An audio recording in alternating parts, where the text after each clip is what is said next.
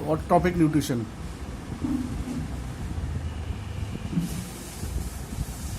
Autotrophic मतलब self nutrition. तो इस न्यूट्रिशन में क्या होता है, in this mode of nutrition the organism make या synthesize its own food by simple material, जिस कार्बन डाइऑक्साइड है, वाटर है, उसकी सहायता से अपना फूड जो स्वयं बनाए, ऐसे टाइप के न्यूट्रिशन को हम ऑटोट्रॉपिक न्यूट्रिशन कहते हैं। जितने भी ग्रीन प्लांट्स होते हैं वो सब ऑटोट्रॉपिक न्यूट्रिशन करते हैं, क्योंकि वो आपने पढ़ा होगा फोटोसिंथेसिस की प्रोसेस में कार्बन डाइऑक्साइड और वाटर के साथ रिएक्शन करके क्लोरोफिल की प्रेजेंस में अपना फूड स्वयं बनाते हैं। दूसरा हेटरोट्रॉपिक में जो न्यूट्रिशन है वो सेल्फ नहीं होता, इसमें न्यूट्रिशन के लिए दूसरे पे डिपेंड रहते हैं।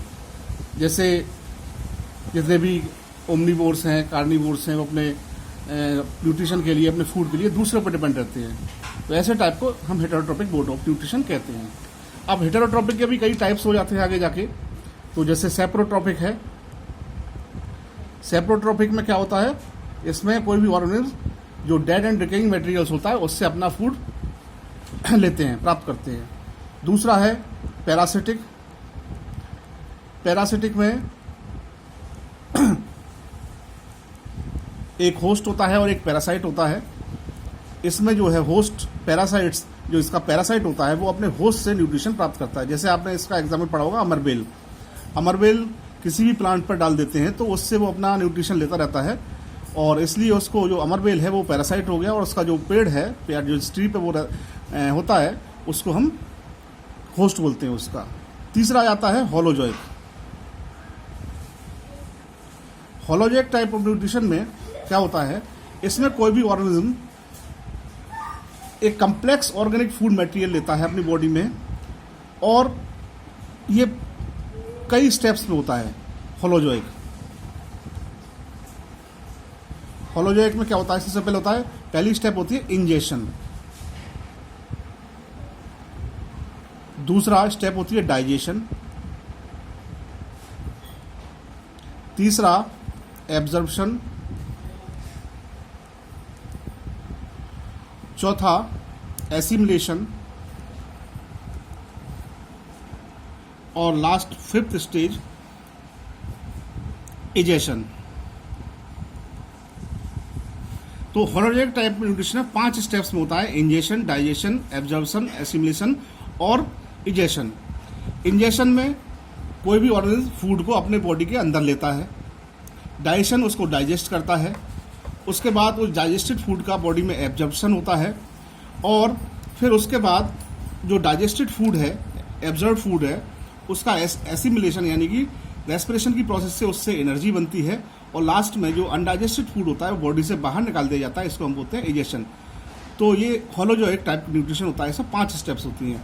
हम लोगों में, ह्यूमन बींग्स में, और जैसे और जो कम्प्लेक्स ऑर्गेनिज्म हैं जैसे गाय, भैंस वगैरह, इन सब में इन्हीं होलोजोइक टाइप का न्यूट्रिशन होता है 5 स्टेप्स में। तो सबसे पहले आप पढ़ेंगे हम न्यूट्रिशन इन प्लांट्स, किस तरीके से प्लांट्स अपना न्यूट्रिशन करते हैं। न्यूट्रिशन प्लांट्स में आपने पढ़ा होगा फोटोसिंथेसिस की प्रोसेस होती है, जिसमें कोई भी प्लांट कार्बन डाइऑक्साइड और वाटर की प्रेजेंस में, क्लोरोफिल की प्रेजेंस में अपना फूड प्रिपेयर करती है, और इसमें जो प्लांट जो एब्जर्व करते हैं वो कार्बन डाइऑक्साइड एब्जर्व करते हैं, और जो रिलीज करते हैं वो कार्बन डाइऑक्साइड, वो ऑक्सीजन रिलीज करते हैं। जैसे इसकी प्रोसेस में 6CO2, इसकी जो रिएक्शन है फोटोसिंथेसिस की, प्लस 6H2O यानी कार्बन डाइऑक्साइड प्लस वाटर, और प्लस लाइट एनर्जी यानी सनलाइट जो होती है, लाइट एनर्जी, ये रिएक्शन करते हैं क्लोरोफिल की प्रेजेंस में,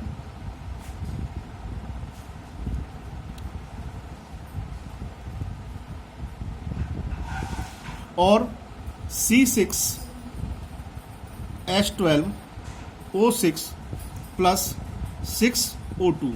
C6H12O6 ये हमारा ग्लूकोज होता है, और यही प्लांट का फूड होता है, और ये 6CO2 रिलीज होती है। अब बात आती है कि ये जो ऑक्सीजन कार्बन डाइऑक्साइड जो गैस लेते हैं प्लांट्स और O2 छोड़ते हैं, और ये गैसेस का एक्सचेंज कहाँ से होता है? तो आपने पढ़ा होगा कि प्लांट की लीफ पर छोटे छोटे पोर्स पाए जाते हैं, टिनी पोर्स, जिनको हम स्टोमेटा बोलते हैं। तो स्टोमेटा के जरिए ही ये गैसेस का एक्सचेंज होता है। स्टोमेटा के जरिए ये कार्बन डाइऑक्साइड लेते हैं प्लांट्स, और फिर O2 को after reaction of photosynthesis O2 release होती है। तो स्टोमेटा के जरिए होता है। तो आपने पढ़ा भी होगा छोटे क्लासेस में, स्टोमेटा की स्ट्रक्चर करीब करीब ये इस तरीके से होती है।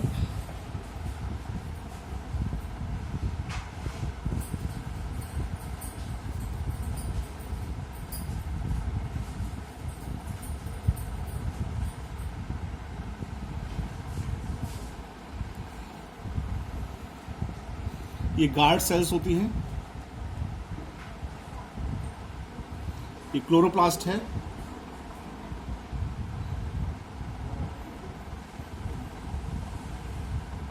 ये स्टोमेटा ओपनिंग है,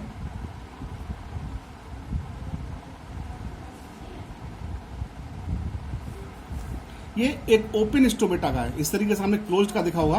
क्लोज में क्या होता है, ये जो सरफेस होती है बीच वाली, ये पास पास आ जाती है, जिसको हम क्लोज स्टोमेटा कहते हैं। तो जब स्टोमेटा ओपन होते हैं तभी गैसेस का एक्सचेंज होता है, और जब स्टोमेटा क्लोज होते हैं तब गैसेस का एक्सचेंज नहीं होता है। अब बात आती है कैसे ये अपने आप स्टोमेटा जो है खुलता है, ओपन होता है, और कैसे क्लोज होता है। तो इसमें जो इसका खुलने और बंद होने का जो मैकेनिज्म है वो वाटर के थ्रू होता है। जब गार्ड सेल्स में डिफ्यूजन के थ्रू वाटर एंटर करता है तो ये गार्ड सेल्स स्वेल हो जाती हैं और स्टोमेटा ओपन हो जाता है। इस तरीके से वाटर को जब ये लूज करते हैं तो ये ओपनिंग है ये बंद हो जाती है। तो इसीलिए इसमें जो रोल है स्टोमेटा की ओपनिंग और क्लोजिंग का, ये वाटर के थ्रू होता है। अब